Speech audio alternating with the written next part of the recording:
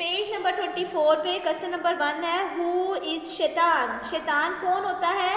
शैतान is our enemy. शैतान हमारा दुश्मन होता है, ठीक है। बट हु इज शैतान? शैतान कौन है? शैतान इज आवर एनिमी। शैतान हमारा दुश्मन है जो हमें बुरे काम करने की तरफ लेकर आता है, ठीक है। नेक्स्ट हमारे पास है नाजरा। नाजरा में हमने आपने रिवीजन करनी है घर से बाहर जाने की दुआ।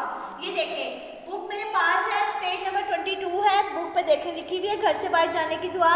बिस्मिल्लाहि तवक्कलतु अलल्लाहि ला हौला वला कुव्वता इल्ला बिल्लाह। बिस्मिल्लाहि तवक्कलतु अलल्लाहि ला हौला वला कुव्वता इल्ला बिल्लाह।